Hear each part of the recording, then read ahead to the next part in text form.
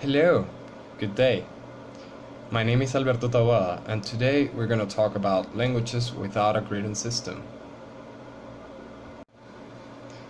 As you might know, there are more than 7,000 languages in our planet, but no more than 2,000 actually have a grading system. So, why does this happen? Well, there are various reasons for this. For instance, all languages start without a grading system, and they develop it. But some of these languages might actually be stuck in an intermediate stage. For this video, I have separated these languages without a grading system into two groups. In one hand, we have languages with oral tradition. In the other, we have languages used in specific environments. Before beginning these two segments, I would like to clarify that not having a grading system does not necessarily mean that the language has no grammar. What does this mean? Well, in a language, there are certain rules that must be applied to actually create words. Okay? So, for example, in English, you might have the word straight, which has 3 consonants before a vowel. This might happen at the start of a word, but if it's at the end, it might be a group of 4, no more. That's because the English language works like that. Other languages, even if they do not actually have a grading system, they have their own set of rules. So you can actually match sounds to make out words which have meaning. In the first segment of this video, we have several ancestral cultures which actually didn't develop an official grading system, but they have one.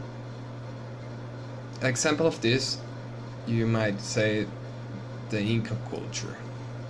They were indigenous people that were colonized by the Spaniards, colonizers, and they got some sort of alphabet, but this alphabet was created based in Latin by the priests after the colonization process.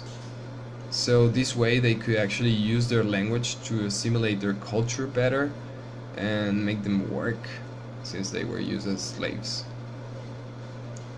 It's one of the uses of the language, but the actual Quechua, that was the language that the Incas spoke, does not necessarily have an official grading form, or it didn't have it at all.